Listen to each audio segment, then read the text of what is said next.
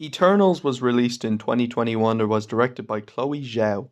It tells the story of the Eternals, who have secretly lived on Earth for thousands of years with superhuman powers. Together they have to reunite and stop the evil deviants.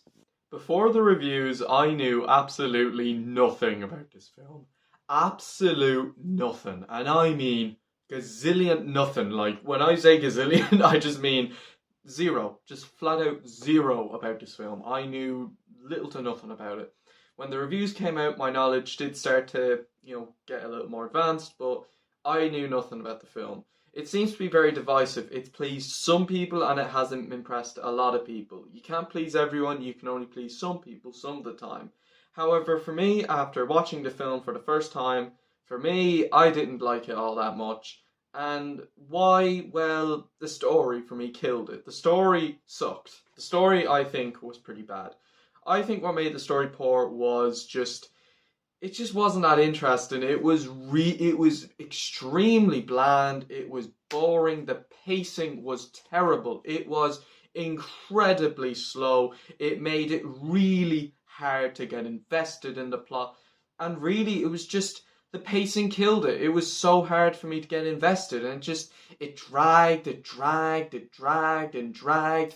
It felt tired to me. It was boring. It was boring. It was poor. It really was a poor storyline. It made the film just weak. The storyline was just what just killed the film. It killed the movie entirely for me. Not entirely. There's some decent things, but they're very little. I just think the storyline, it sucked. The storyline, pure and simple. It simply sucked in my book. Now here we go to some of the positives.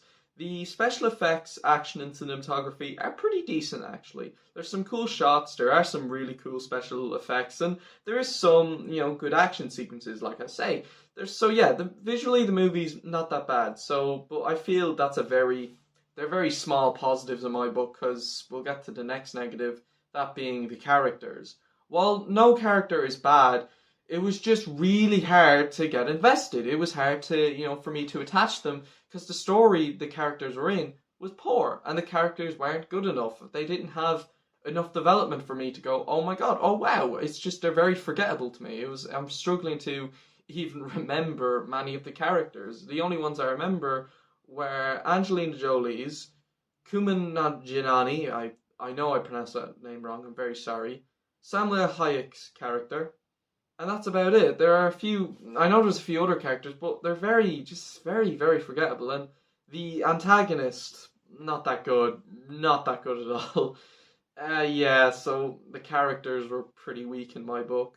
The soundtrack was pretty decent, actually. The music actually wasn't that bad. So yeah, I don't think this is a bad film, but I didn't really like it. Overall, Eternals isn't bad, but not very good.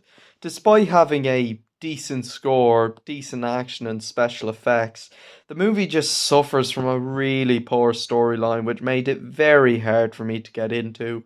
I'm going to give Eternals a 5 out of 10. So yeah, that was my review for Eternals. I'm really sorry that my rating was so low, but I'm just being brutally honest. Like I say earlier, you can't please everyone. But if you enjoyed the movie, that's absolutely wonderful. So stay tuned for the next review, which is going to be on Venom 2, Let There Be Carnage. I'm intrigued to see what it's like. I rewatched the first film to prepare for Spider-Man No Way Home. And on rewatch, I thought the first one was okay. So I am curious to see what I think of the sequel. Until then, guys, skadoosh everyone, and take care.